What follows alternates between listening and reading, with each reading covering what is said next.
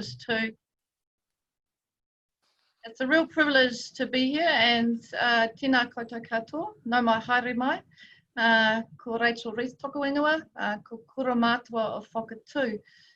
Welcome, and real privilege to be here with some of our most important people in the region, our wonderful city businesses. You are the heart and soul actually of some of the main reasons that people live here. And I want to thank you first for the amazing commitment that you've made through this COVID-19 pandemic. It's been enormously challenging, but your resilience has really shone through. But it was lovely to walk down the street yesterday and just see your boards out with your positive messages, your thank you to Nelsonians for coming in and for the visitors that are coming in to share time in the city, and that's important. Manaakitanga hosting is part of who we are as a region, and you do that so well, and we want to support you as a council in being able to do more of that and to think differently perhaps about change. We've been had some of the biggest change we've had in our lifetime over the last couple of months, and I think what we know is that that change is going to continue. You know, for many of us, we're working almost day to day, going, is today a 2 or a 1 or a 3 or a 4? So numbers have got all sorts of different meaning now. Next week, we hope we're going to see a change that we go to 1, and then will be a new experience for us. But ultimately, Nelson City Council has made now over the last 6 years an increasing commitment to the city centre. Our world is changing. We know that we want to see more people living in the city. We want a people friendly, walkable city. We want to see your businesses really thrive and flourish, and we want you to enjoy being in the city. So in this term of council, we set up the City Centre Working Group, and Councillor Rainey chairs that working group. It reports directly to council, so the work of this group comes up to council for decision making, and that's the priority that we've given the city centre. I want to acknowledge Simon, who's on this call, and the work that he does to connect with us through Uniquely Nelson and the board members who have been there supporting Simon. But today's an opportunity for our team to talk about the projects they've got in mind to engage with you.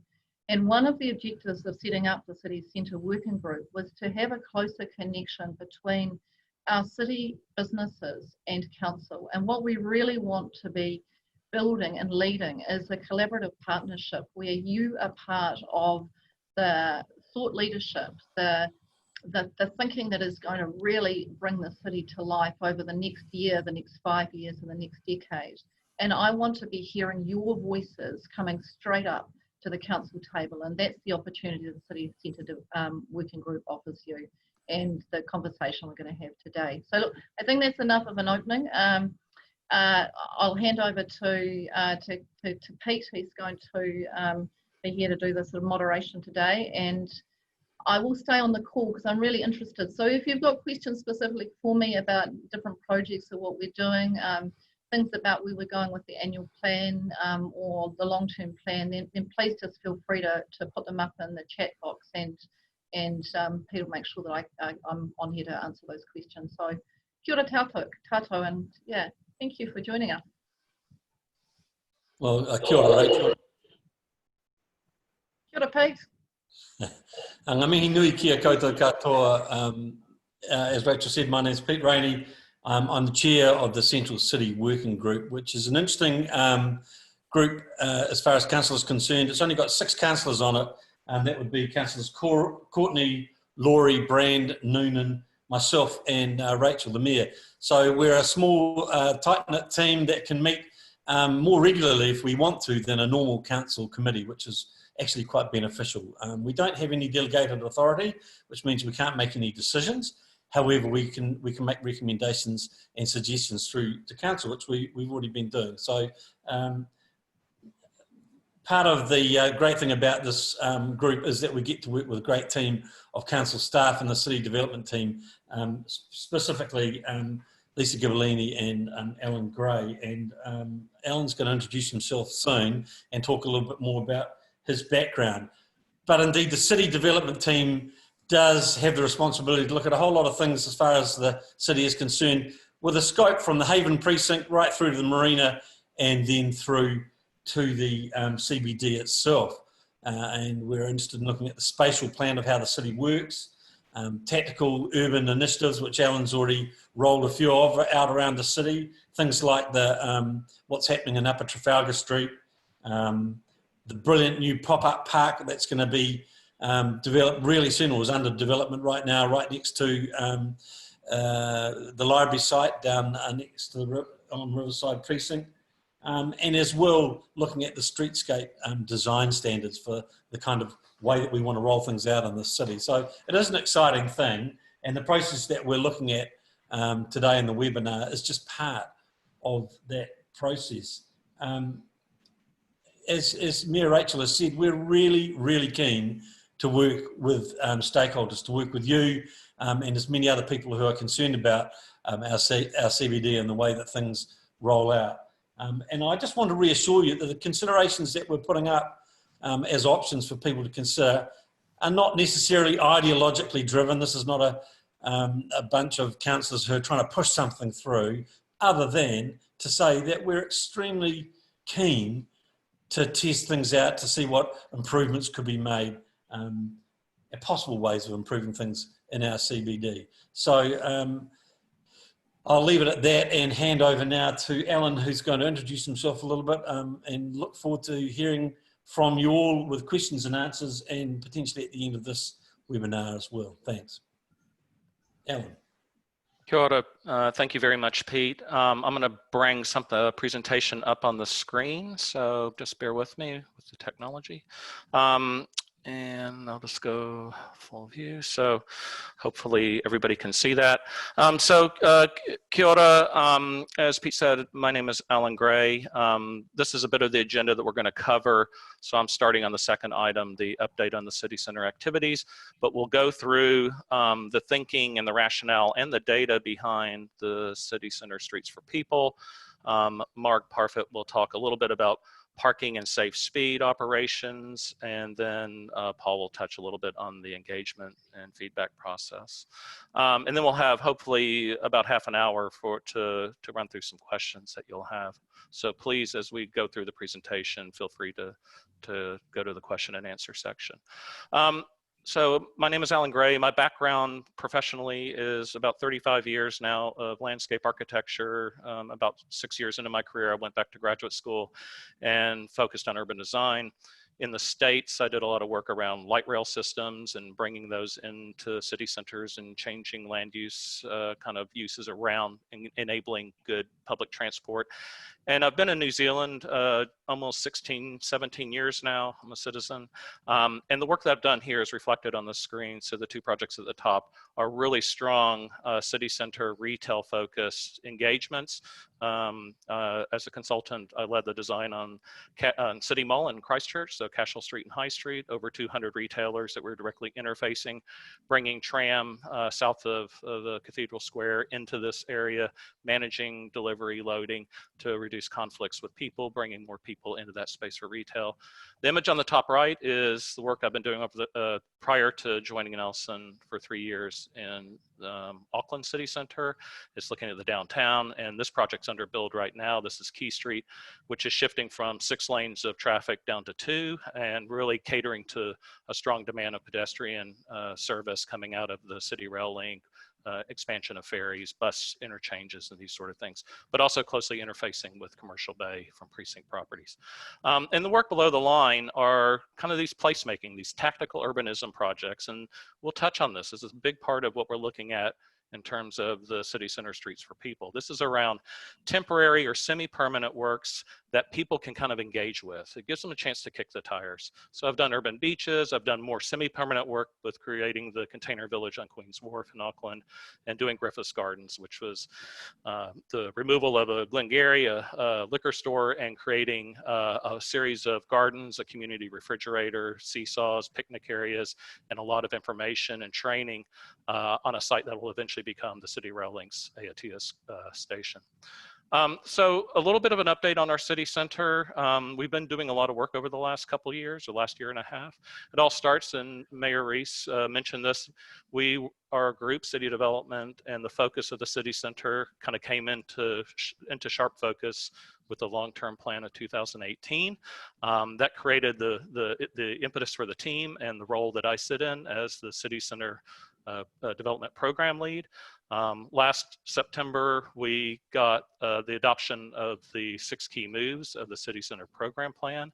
Those set out the kind of bold moves of moving the City Center towards a place for people primarily. And we'll touch on that a little bit more. Sorry. The work that we've been doing over the last year has focused on a range of things: activations, events, and collection of data, and all that leads to where the strategic thinking for our spatial plan is taking us. So the image on the left, we worked with Uniquely Nelson and our events team to do the 4 lanes. So that happened last August. Got about 7,000 or 8,000 people into the city center. We floated a balloon in Buxton Car Park, and that was just a wonderful sort of first day of spring. We've been doing the public life survey, and I'll touch more on that in a few slides around the data that understands how many people are in our city, where are they going, what are their movements, what are their activities. The 2 slides on the right are the seed funding that we've set forth with makeshift spaces. This is something that's come through different sort of annual plan and LTP feedback about the concern citizens and ratepayers and the business community have about shop vacancies. And so we've been working with Ann Rush and that team to get that program up and going, to get a charitable status. They've been running with that, and there's quite a few shops that they've been bringing local artists into that space. And then recently we've been doing work literally stenciling on the ground to try to look at footpath etiquette and working really closely with our Dr. Nick Baker and our district health board around some of those recommendations to welcome people safely back into the city center. The closure of Upper Trafalgar happened late last year, and then building on that, a range of sort of pedestrian activations to really kind of encourage people to spend time in our city center, make it comfortable, make it a place you could have a picnic, and bring different things into that. The image on the lower right were hammocks that we worked with local craftsman and artist Lee Woodman. Those will be coming back out as we get into level 1. Picnic tables. We have a range of other things we want to activate up there. We'll keep that in place probably into next summer. Bet's Apartments, so that was something that Lisa and the council team helped broker and enables to get more residents living in our city center, and there are a number of other residential developments that are kind of in line right now. Pete mentioned a little bit about the city center streetscape design standards. We've often heard from business interests that our downtown, our city center feels a little tired. So we're developing a new palette of materials, and some of these are kind of underpinned with having locally sourced or reducing carbon footprint. They're really kind of smart materials to grow our city and to create a fresh new look. And we've created a sort of placemaking or a tactical urbanism supplier panel. So we can go to a number of them are local designers or South Island designers, local fabricators, local suppliers and contractors to actually implement the work like we've been doing in Upper Trafalgar and the area in the image in the middle around the Riverside Youth Pop-Up Park that we hope to have completed in the next couple of months. And all of this work sits under this spatial plan refresh that we're doing. So this is the big piece of work. This basically grounds the 6 key moves that we're talking about literally into the spaces of our streets, in our public realm areas, into our city, how we better connect all of these sort of key moves spatially across the city center. And we'll come back on some of that in a minute. The first section around the city center streets for people, though, is around the data evidence.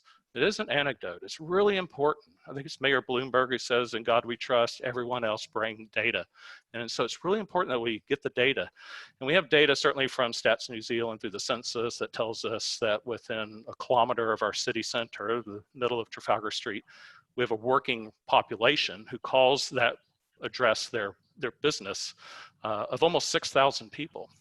Yet we only have just 1,600 or even less than that who actually live there. So there's a real imbalance, and we want to work through the housing intensification work to kind of enable more people living closer in. So that's interesting data. There's data about vehicle speeds and volumes. And what's really interesting in that is the speeds within the city center are really slow and safe. So all these areas outlined in blue are under 30 kilometers an hour. So that suggests that we have a relatively safe environment for people to walk and move around. And then the public life survey. I touched on this with our activities. This is really substantial. This is a piece of work created by Jan Gehl, an architect in Copenhagen. And they've been doing this work for about 40 or 50 years. And they've been doing it in cities such as Sydney and London and Vancouver. And I've been involved with them in Auckland over the last 15 years, where you come in and you find volunteers, you get on the street, you do it for 12, 15 hours a day, you count people and you observe activity in your street. The image on the right shows that we had 30 locations where we counted people and observed activities. And it's really important. It gives us a really comprehensive look about the data about pedestrian movement. So in the wintertime, so we did this last August, we found almost 50,000 pedestrian movements a day in the wintertime in our city center. So that's quite substantial. We find that typically the Saturday gets about between 45 and 55% of all of our registrations. I'm sorry, Trafalgar Street, not the Saturday. So Trafalgar Street gets almost half of every one of those movements. It is really a busy street. And we also recognize that we get about 20% more traffic on a Saturday than we do on a weekday, and that's probably because of the influence of the market. And if we jump back and forth between the winter number and then the summer number, and obviously we're a seasonal city, but it's not that great, really. We jump from almost 100,000 up to 140. So it's a 42% increase in our summertime. The foot traffic between Saturday and the weekdays remains about 21% more on a Saturday. And then the peak times for these movements on both winter and summer is between 11 and 1 o'clock. And if we look at that graphically over all those areas that we surveyed, the wintertime and then the summertime, we see that sort of jump, that sort of 40% jump. So it's quite a significant jump. Hotspots, this really sort of indicates that sort of 50% of Trafalgar Street. So those big bullseyes you see going up the Trafalgar Street spine indicate that the majority of our pedestrian movements are happening in that one location. 25% of those, 26% of those are happening between Bridge Street and Hardy Street. And then we look at staying activities. These are the things people are doing, sitting on a bench, reading a book, busking. These sort of activities where people are actually stationary, we record those as well. In the wintertime, might have about 350. In the summer, that jumps sixfold. So with our good weather and tourism and the activity of the city center, it's a bustling place. So how we accommodate places where people are moving, but also places where people can do stationary activities is something we really need to look at. And this is quite a shocking thing. Less than 0.05% of our activities are around children at play. So there's a real void, and it's kind of a shocking one, of how we are not inviting children into the activities of our city center. We'll talk about that. And then these are kind of interesting. Upper Trafalgar Street, I'll just point to this donut graph. Last winter, 25% of all the activity, stationary activity, happened in Upper Trafalgar. That was when the street was open and we had cars parking and moving. In the summer, that jumped up to 2/3 of all the stationary activity in our city happening in that one spot. And that was because of the road closure, but it was also because we've been curating and activating that with measures that keep people there. And it certainly helps that, you know, we've been able to work with the local hospitality and businesses to define spaces that make their businesses work better in the summer, but it's also about a public realm that's inviting and a place people want to stay. And then just outdoor dining quickly on this. And again, in the summer, we have 376 curbside chairs. So we go out and count everybody's kind of footpath chairs outside their restaurants. And we can see by these sort of dots here that that capacity is quite low in the winter, and it's sort of at least doubles in the summer. So we obviously are getting that street, that place-based commercial activity of outdoor lease and license areas for restaurants, outdoor dining. That's a big part of activating our street. And we see these as hot spots. And it's interesting, Hardy Street has about 32 restaurants, cafes, yogurt shops. So we have a real strong focus on Hardy Street and Upper Trafalgar and a little bit on Church. And that jumps, swells, gets really big in the summertime. So that's really good data. And this is one of the last couple slides on the data, age and gender. So again, I just underlie that some of these mixtures we have an aged population that's a little bit higher than we've seen in other cities that have done this data in New Zealand and elsewhere. But it's, again, this less than 5s, it's lower than 3% of people that we actually count who are that age. You can see that through the bar graph here. And so I've already covered all this data, and again, this presentation will be made available. But you know, some of this data really tells us a lot. We have Daily pedestrian movements in our city center in the winter are 50,000. In the summer, it swells to 70,000 a day. So those are really quite significant. Winter is quieter, but winter is not dead. There's a lot of things happening there. And I think it's really interesting what you do with data, and that's a big part of what the Streets for People is about. And here's evidence of delivering results on that. So this is, again, is the Youth Pop-Up Park that we have under construction right now next to the library. We're hoping this will be open in probably late July, early August. And this isn't the current design. We're changing a few things around on that, but this will be something that'll create a real destination to bring families, to bring young children into the city center on weekends, or for youth to be able to have a place while they're waiting maybe for their mom or dad to get off work to return home after school. So this, I think, is something we're really excited about, and it really caters to achieving some real growth in that data. We'll do some counts while we're out there and around other places in the city to sort of see how that data is changing after we put it in place. Okay, the second section on the Streets for People is around where we want to go. What is the sort of, where do we see the future of our city center? What is that aspiration? And we know there are challenges in this space. We know at times that sort of 11 o'clock to 1 o'clock time, footpaths can be really, really busy. You see that up in the upper corner. It makes it hard to find a place to sit down, or to think if you wanted to open a small cafe that you could put a table out there. It's just really about moving people as opposed to a place where people can sit. And then we have other complications with development or construction activities. And this was just taken last weekend, where outside the old Life Pharmacy on Trafalgar, it's created a real pinch point. I think during the week they control that, so the car parks are vacated and people can walk out there a bit more safely, but in non-construction times, it's become real pinch points. And as the city grows, we'll find more of these sort of constraints, so we need to think about that. And of course, the old cartoon down here around change is not very easy. So everybody wants to change, but nobody wants to change. So our behavior in this space is something that it is changing. I mean, going through COVID, I think all of our behaviors have changed a bit. And I hope that we are always continuing to look at our own behavior and modeling that better, but we will need to work together to do this work. So Paul will talk a little bit about it later in the presentation about how we can engage with you. And the last challenge is around funding. Obviously, with austerity measures across lots of councils in the country, and freezing rates, how do we build this? How do we afford to do it? So we're looking at a program from NZTA, so from the central government. There is some funding sources, and we've made some applications to look to see if we can find some additional funding. The big aspiration for us is around the city center spatial plan. This is a really key piece of work. This is the work that's informing the need, using the data that we got from the public life, about how our public realm needs to work better to draw people into the city center, not just draw them in to move around, to draw them in to linger longer.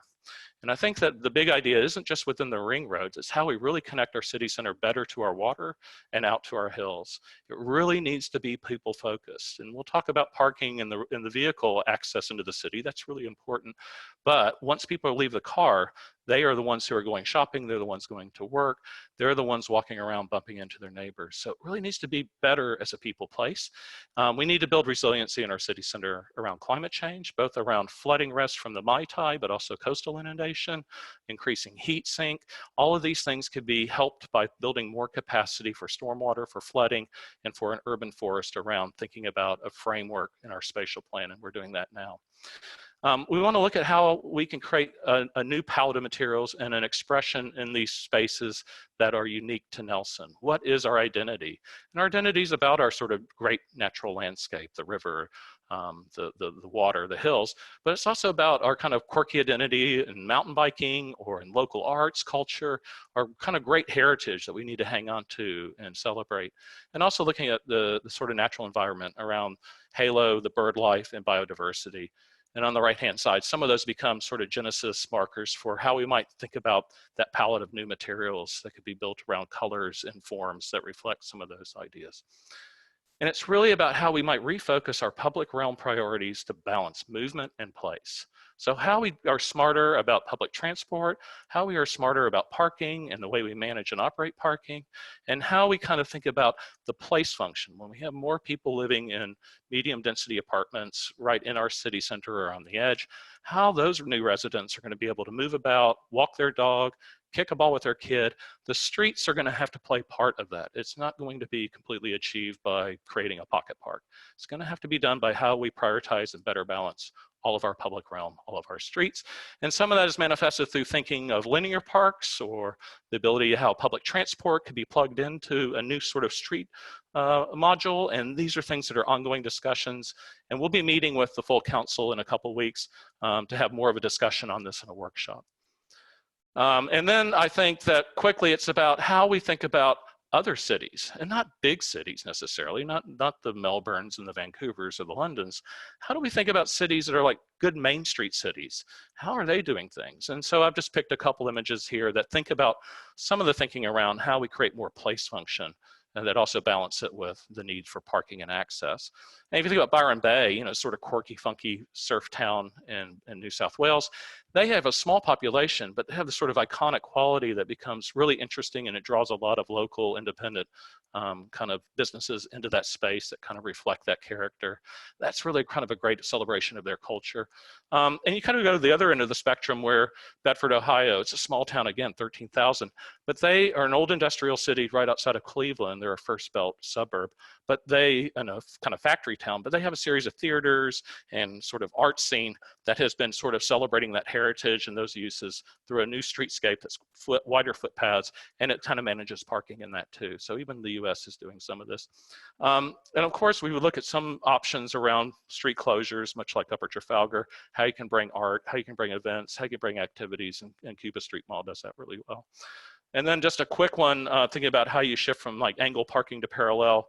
If we look at Nuffield Street and Newmarket in Auckland, that was an indication working with Westfield in the about 15 years ago, how you can start to change that around and you get outdoor cafes and different types of uses that make that street more humming. And then I think it's around what if we widen a footpath, what are the economic benefits back to retailers, back to business? And this is a case study looking at Fort Street in Auckland. Fort Street's a shared space, meaning cars and people can kind of mix across the width of the street. But what we found there is working closely with retailers to get the data on their spend. We found that there was an increase of pedestrians of 54% by basically shifting from keeping people on the edges of the road and maintaining car parks and vehicle access to spreading it wider across. So you get an increase of 54%, but more importantly for business, you get an increase of spend of 47%. So that's really quite a significant increase. And it's a way you can see in here, the car is still part of that equation. Parking and loading, those things can happen too. But they're kind of at the invitation of the person. So that was an area, and it's not Auckland's big retail area, so we want to be really clear about that, but it is an area that they go to.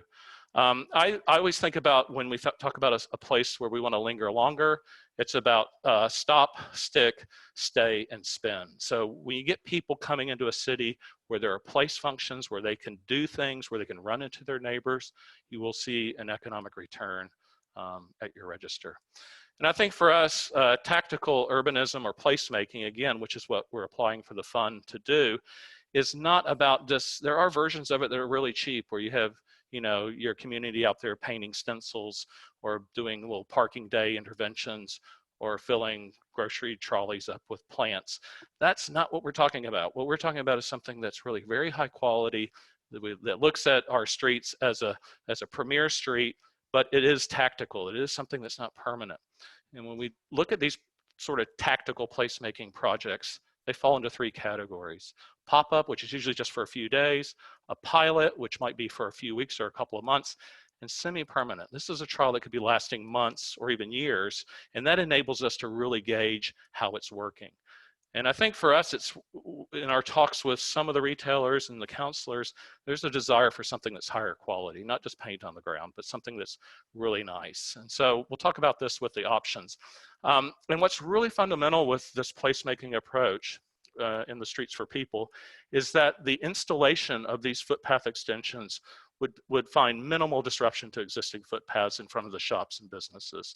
So I want to really underline that. It is about something that works with retail, that works with business, and works with other user experiences. And those might be the delivery people, the tradies who need to fix the air conditioning, your customers, or the general public. So if we can find a way to install a footpath extension that keeps the footpaths open by building it at night or working in a modular system that you can basically construct it offsite and drop it in overnight, those are things we really want to look at. And there's going to be some technical challenges with Trafalgar Street in particular, with the camber of it, but we need to look through that as we get into the design. And then it requires monitoring and adjustment and tweaking, or possibly removal or relocation. So that's the other advantage to doing a placemaking trial. And then I'm going to quickly go through the options for the people, Streets for People approach. So I want to be really clear, we do not have designs. These are not designs you're looking at. They are approaches.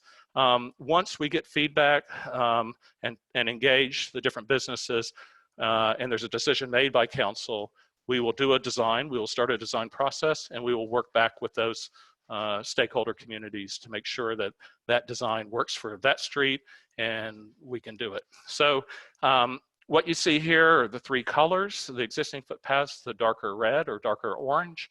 In option one, we're talking about option one. Option one has a basically doubling of the width of that existing footpath. So this lighter orange would be that sort of new expanded space. And in option one, we would shift from angled car parks to a parallel car parking situation. So we can see in the street section here, much like with Fort Street, we go from a road section that's really quite dominated by vehicle movement and angled parking with 3-meter footpaths on the edges to something that's kind of more equally balanced in place and movement for people, for car parking, for loading. And we'll look at the actual numbers of the car parking depending on what kind of the feedback is. We really want to prioritize loading. We want to prioritize accessibility and mobility need users for parking. And so we'll flesh out those details if this is the option chosen. Option two is the removal of car parking, but maintaining vehicle access on Trafalgar Street. So this increases the footpath from 3 meters to 8.5 meters.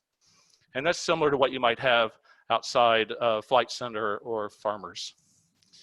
And then the third option is around the closure of the street, sorry. And this is similar to Upper Trafalgar. We have, I think in the options, is that something we might consider for a weekend where we can hold different events, much like Uniquely Nelson's street event early in the new year, or we could do it, full-time permanent closure.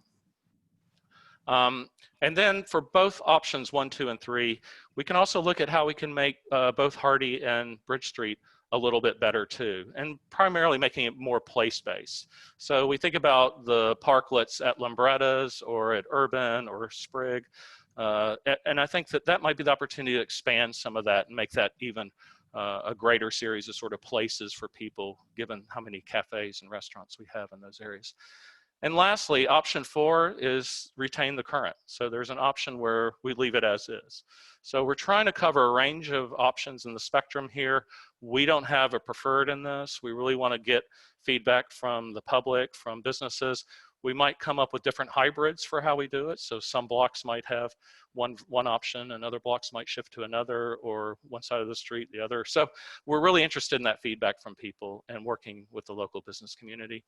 We've touched on the materiality. So it is placemaking, it is semi-permanent, it is not permanent. We already have a lot of this kit. We have place kit. We have the ability to understand the technology around doing a raised timber deck.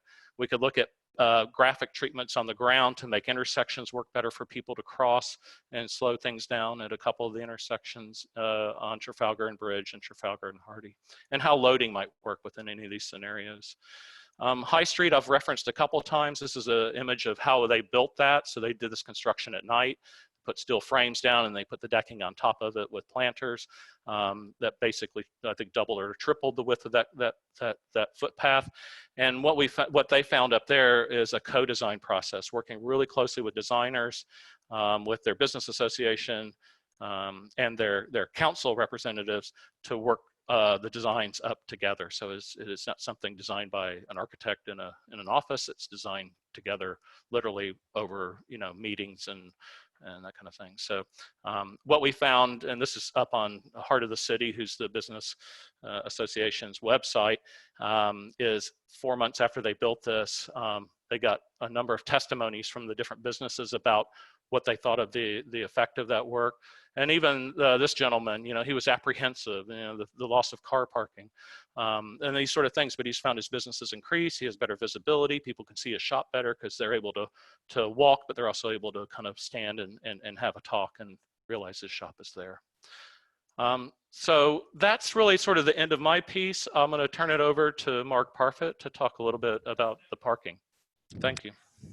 Thank you, Alan. Kia ora, everybody. I'm sorry that you can't see me. I'm working from an environment where I don't have a camera at the moment, but what you can see are some slides. What I want to speak about is that we are renewing our parking meters in the central city. Pretty much as we speak, we've started this process. So the old meters which issued the paper tickets will be replaced by new meters that are pay by plate system. So drivers will no longer have to return to their car to put a ticket in the windscreen. This is a paper free. They simply go to a machine, they enter their registration and payment and walk away. And there will be a number of ways they can pay for their parking. They can use a contactless PayWave enabled card. There is an app that goes with this system, or they can still use cash coins. We will be developing, or I think we're in the process of developing, a full brochure on this so that you will have answers to questions for both your staff and your customers, and that will be coming to you very soon. So just a little bit of history about why we're changing the meters. The old meters are old and their maintenance and costs were going up. The paper for those meters was costing, this is a scary figure, $100,000 a year. And we know that it was ending up in our stormwater systems and creating some pollution issues. So the new paperless pay-by-plate system is advantageous in that regard. Look, there'll be a lot of questions around from users and part of our extensive communications plan will answer those things like, can I get a receipt for my parking? Yes, you can. It will be emailed to you. As I've said, you can pay in a number of ways. How do I find the app? There'll be a QR code. So it's coming, it's imminent. So we go live the meters will be installed and ready to go on the 29th of June. As of next week, we are removing old meters, which is why we will retain no parking fees until the end of June. We simply can't do both at the same time. However, I would remind you, because I know there has been some angst around people parking where you would like your customers to be parking, the council's contractors will be enforcing time limits rigorously using chalk, and it's of course helpful if you encourage your own staff to park as if they were being charged for parking until the end of June, to allow plenty of space for the customers that we want to attract back into the CBD. Look, there's more I could say about that, but as I said, there's more coming your way in terms of frequently asked questions. The other thing I wanted to touch on was the speed limit in the central city. So we have an emergency speed limit in place at the moment of 30 kilometres an hour, which we were able to bring in under emergency powers. That applies for up to 12 months, but already council has expressed an appetite for us to make this a permanent change, and we will be going out to consultation on that in about September this year. There'll be a statement of proposal approved or put to our infrastructure committee later this year, and then there is a 4-week consultation period with speed limits. It's very extensive. There are hearings, people can speak to their submissions, and if approved, the emergency limit will simply become a permanent limit. Alan showed a slide earlier that showed actually the speed limit in the city is quite low, the actual speeds. The speed limit in the city is 50 kilometres an hour. The actual speeds are lower than that, and that's because we've got the built environment that makes it really self-explaining. So this is really formalising something that we know is already happening out there at the moment, but it's also not at all out of sync with what other commercial centres around the city are doing, and there has certainly been some research in Christchurch where they've done this since the earthquake, showing that it is making people feel safer. It's helped bring people into the city. Some of the through traffic has been diverted around the city, and that's not necessarily a bad thing either. So that's really all I wanted to cover, was just to let you know that we had some parking changes coming, and we will be coming out for further engagement on making the speed limit within the central city ring roads permanently 30 later in the year. Thanks, Alan. Thanks, Mark. Thanks for that. I think we're going to go across now to Paul, who's going to just take us through how the process is going to roll out. Paul, do you want to hook into that? Cheers, Pete. Thank you. So just to everyone, so obviously the public feedback is open now. So that opened on the 2nd of June. And I've just put through on the chat the link to the page which has all the information on it, as well as the survey, which people can fill it in online if they like. Obviously, we're looking at different ways. So we're providing people with hard copies as well if they want to come into the libraries or customer service centres. They can call up our customer service team and actually provide feedback on the phone as well as obviously the online forum that we're using here as well with Shape Nelson. I think we really want to give everyone an opportunity to have their say on this. And that's both for the general public, but also more specifically for retailers and business owners and hospitality owners in town as well. Just to, you guys are a key stakeholder, so we really want to get your feedback on this so we know what's going on for you and what your thoughts are. So, so this survey that we've got up online that runs through to the 26th of June, once that's closed, then what happens is that all information is then collated and is fed back into the city centre working group, so they can sort of consider it, and then goes on to council from there. So through this period of engagement, so the communications team, they'll be pushing out lots of messaging to the general public through social media, through our Nelson publications. We'll put posters up in the central city to show the different options so people can actually see them, and then hopefully we're going to be looking at doing something on the ground as well, so people can actually see the physical differences between the options, between the 6 metre and the 8 metre options of the width of the paths. So so also I'll be, as I said earlier, I'll be wanting to go around and actually talk to a lot of the retailers and have some face-to-face I suppose interviews with you to get your thoughts and ideas, sort of grab some of that qualitative information and capture it. So I strongly encourage you to do the survey online, but I will be coming around and actually having a chat to as many people as I can to try and get feedback as well. So I think it's really important that we do get that info. So yeah, we'll be doing lots of things over the next few weeks. So Alan's just flicked up a timeline here. So and that shows that a good sort of 4 weeks of consultation or seeking feedback from everyone. And then that will then be feeding in, and we'll use that information to inform our decision making. And let's just shrink that. So yeah, so basically, and then obviously once council makes the decision, then it goes out. Then obviously there's the design and the fabrication and implementation side of things as well. Obviously the timing of that. So Alan will probably share this with everyone once this webinar is over as well. But I think that one of the key things is actually we're wanting to try and get something done as fast as possible, but done right as well. So, so that's probably in terms of from my. But thank you. Thanks, Paul. Thanks for that. I put a link out on my Facebook page last night to the council site saying that oh, that's the cat, saying that the link was up, and encouraged people to give some feedback, and immediately got some response, which I'd just like to share with you really briefly. The first one being, what a complete waste of money. In the 53 years I've lived here, there's been nothing wrong with it, the CBD. What makes some university graduate think they can change it? Well, there you go, Alan. That's a good point of view in the first place. Right through to people suggesting straight away that we should cul-de-sac the whole lot from Hardy and Bridge Streets, either side of Trafalgar Street. So no question, we're going to get a really great range of responses to this, and I think that's to be welcomed and encouraged, and I guess we really are relying on you guys listening in today to help spread the word.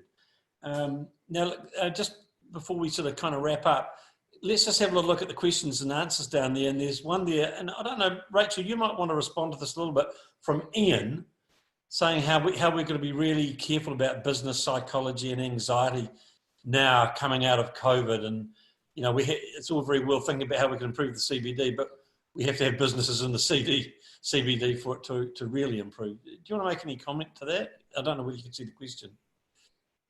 Thanks, Pete. Yes, I can. And thanks, Ian, for for your positive messaging, but also with some pragmatism around that. And I think we're really conscious at the moment. I briefed the councillors at the start of the annual plan just in terms of the unemployment rate that we're seeing in the region. I think the Nelson Mail might have run a story on that yesterday.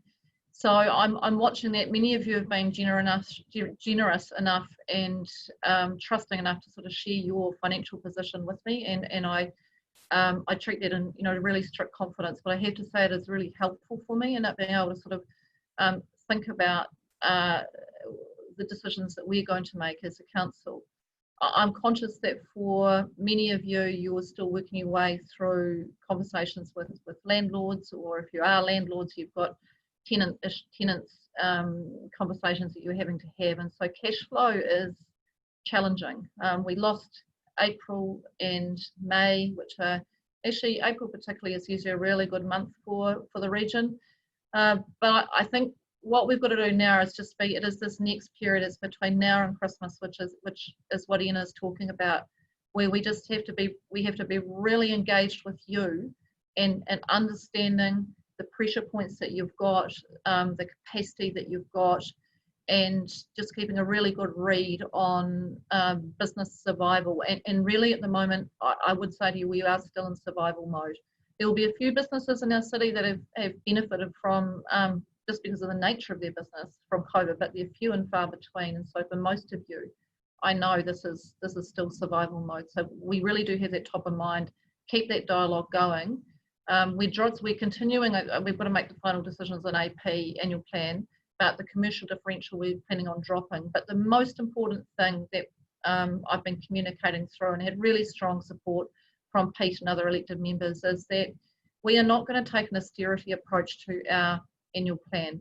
We are going to be investing in this community, and we want to invest in a way that actually helps you survive through the next 6 months. So please keep the dialogue going, and appreciate your comment, Ian. Thanks, Rachel. Chris has put up a question. Chris Butler's put up a question saying, how will these measures fit into an overall visual for the city? For example, the loss of parking in Trafalgar Street, and what the alternative may look like, or how this fits in for parking for inner city workers. Will there be an overall visual concept of what the city could look like as a whole, instead of just seeing things in parts? Chris, first of all, and Marg may want to comment on this if she's still there. The scenario of people parking all day in the middle of town is certainly going to be addressed by the pay by plate scenario, which is rolling out just in a few weeks. But Alan, you may want to comment further about like the whole visual plan as opposed to doing just things in parts. Can I just jump in quickly too, to say that in the bigger transport picture, we are really looking hard at how we can achieve modal shift so that we have less cars needing to be parked, but from workers who are in the central city. So there's a public transport review happening, there's an active transport review happening, and we're writing our next activity management plans, looking at how we can better cater for things like micro-mobility, e-bikes, e-scooters. So we're hopeful that we can see a change in demand for all-day parking in the bigger scheme of things. Yeah, and I guess adding to that, and Chris and I spoke earlier today, but the spatial plan will provide better visual sort of I guess confidence about where we want to think about our city center. It's not going to be an architectural visualization exercise where everything is completely mapped out, but we will be looking at key precincts around the Riverside area where the library redevelopment or the work that Wakatu Incorporated might be doing. We'll be looking at things in several areas of the city center core, particularly on each of the streets, the marina, the haven. These are areas that we've been looking at as well. So we hope that kind of idea, the high level kind of visualization about where our city wants to go will be carried through in that work.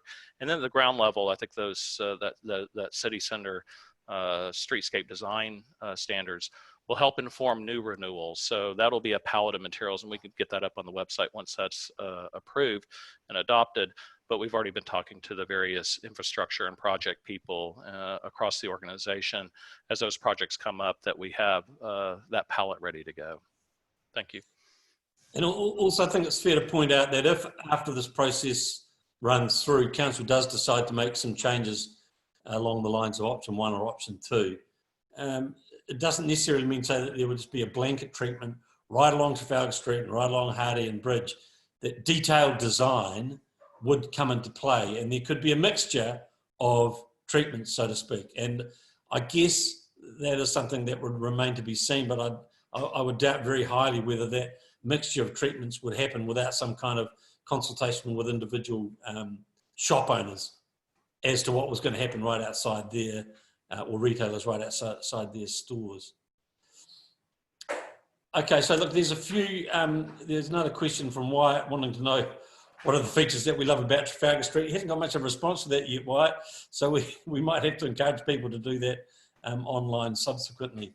But don't forget that you can keep on, we hope that you keep on wanting to engage with the team with questions by email.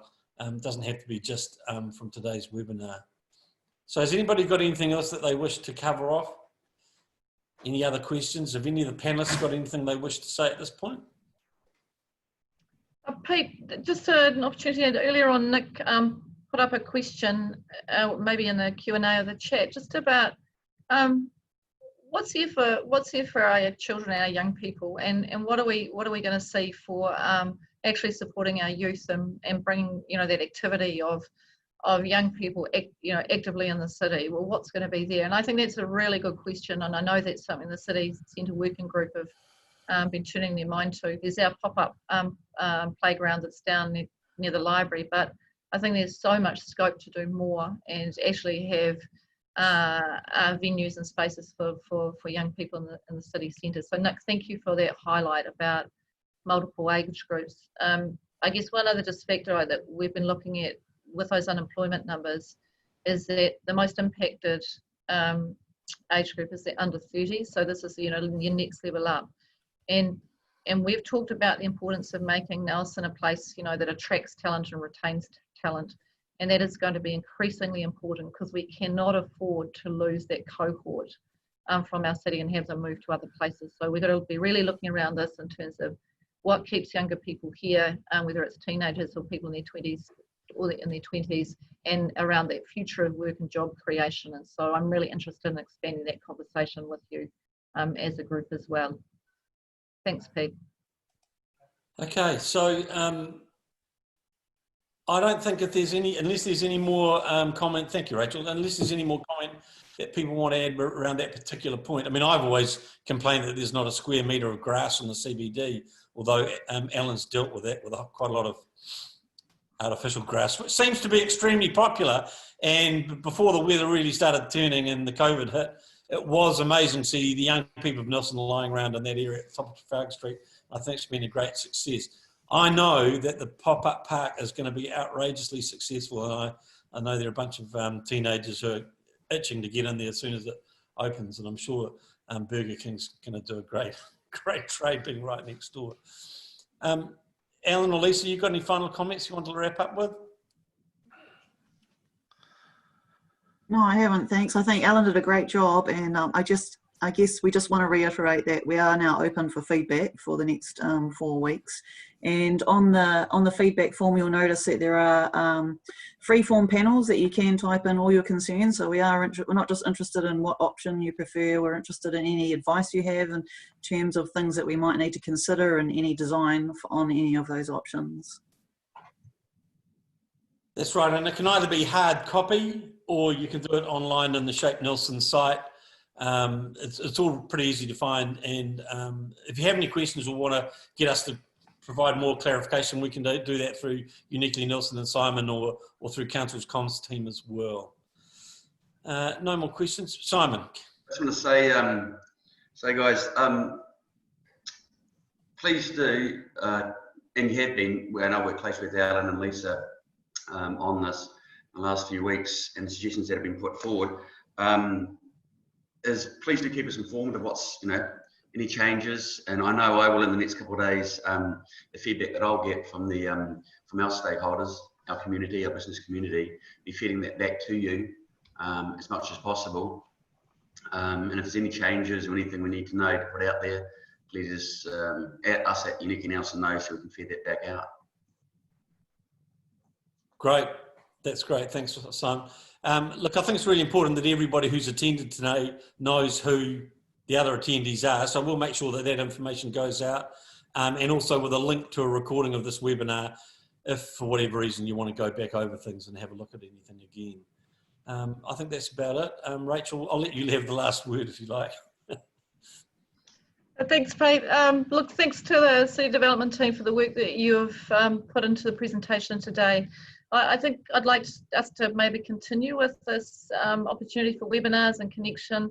Paul will be out, come to see you in person over the next few weeks. But look, this really is an important conversation, and Pete and I are very genuine. We want your voices being heard. We want you engaged, and this is a sort of a collaboration approach as we come up to council decisions.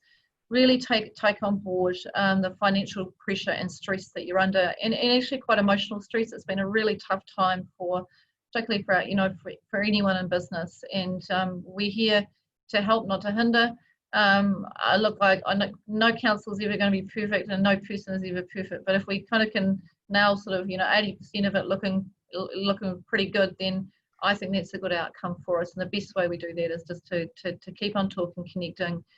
Keep that dialogue going with Simon and with all of you, and please don't hesitate to contact Pete or myself or any of the team if you've got concerns, or you actually want us to come in and really be come into your business and really understand what will help you to survive over the next 6 months, and then that bigger picture thinking about what do we want Nelson to be like over the next year, 2 years, 3 years, because it is a pretty special place to live. I love it and wouldn't live anywhere else. So thank you for being part of a brilliant city.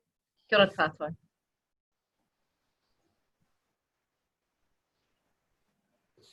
Great. I guess that's it. Thanks, everybody. Cheers. Bye for now.